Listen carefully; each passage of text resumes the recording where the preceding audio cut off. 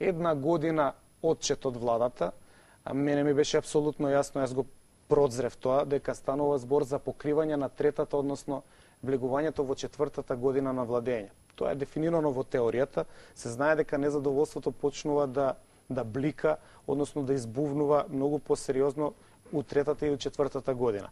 Он знае дека и Миле и Гордана не се една година министри, и сите други, туку се во четврта година. Немаме напредок на економијата. Животниот стандард е сериозно доведен во прашање. Да не збориме за државната администрација која што ја проигра маестрално со 10%, а во меѓувреме трошоците пораснаа 50%. Но да ги гледаме реалните елементи, реалниот сектор, паѓањето на производството, отпуштањето посебно во металната и текстилната индустрија. Значи, они ги гледаат овие елементи дека може да избувне едно посериозно незадоволство. Бранко си го тепаат како сакаат секој ден, господинот Црвенковски.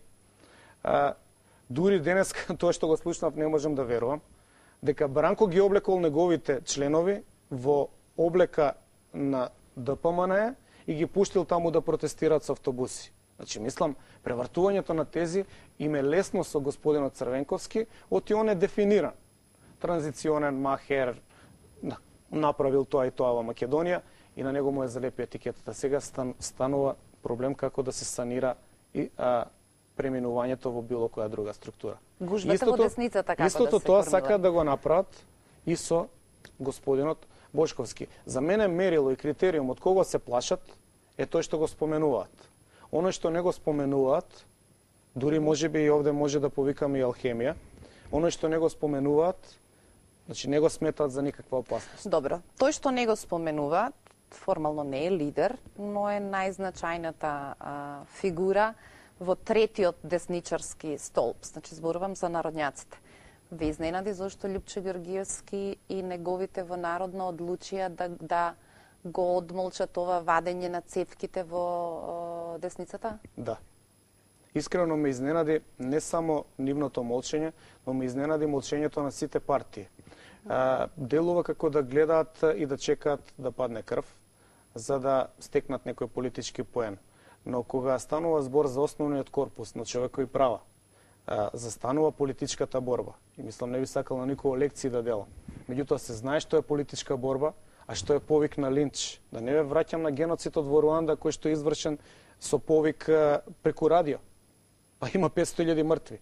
Што сличното можеше да се случи со пролевање на крв ако се оствареше и исполнеше наредбата на господин Протугер да се повикаат 1000 луѓе пред куќата на Бошковски, што беше санирано со наши интервенции по странски амбасади. Протугер тоа не го направил на радио, од каде вие знаете дека Протугер стои за тоа?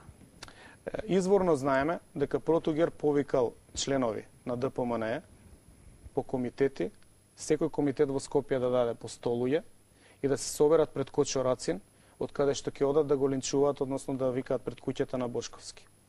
Ако сакате од позиција на политичка стратегија, одлично беше да се остава да отидат горе. Меѓутоа има човечка димензија. Ние не сме животни.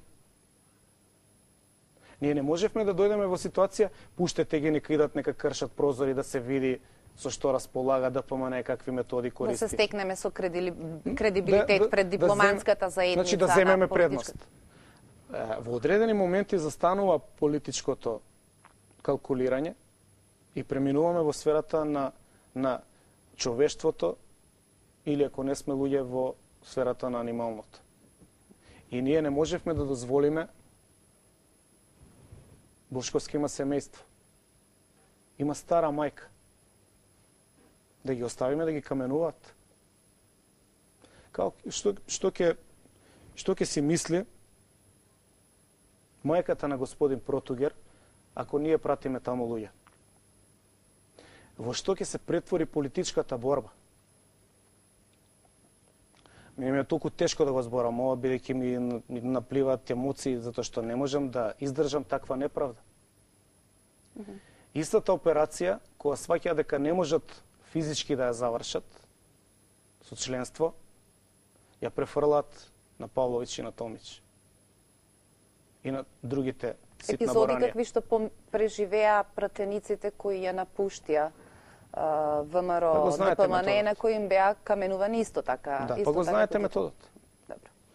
Овде, Филип, правиме пауза за реклами, па ќе финишираме со разговорот.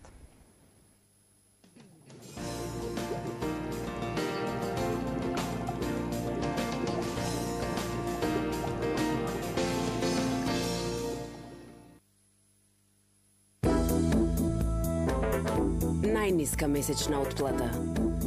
Вистинската виза за вас. Виза Класик Револвинг на Комерцијална банка.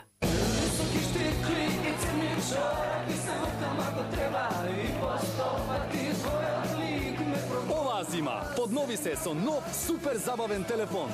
Дополни ја твојата припед сметка и за неверојатна цена од 1 денар одбери LG GB220, Sony Ericsson S312 или Sony Ericsson C510. Секогаш најдобра понуда на телефони. T-Mobile.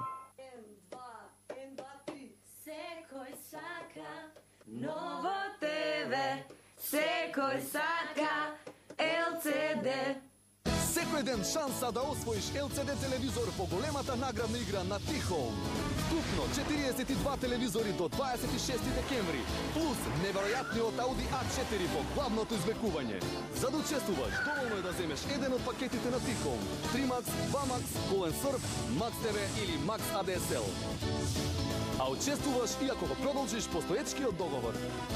Нараче веднаш на 171. T-Home.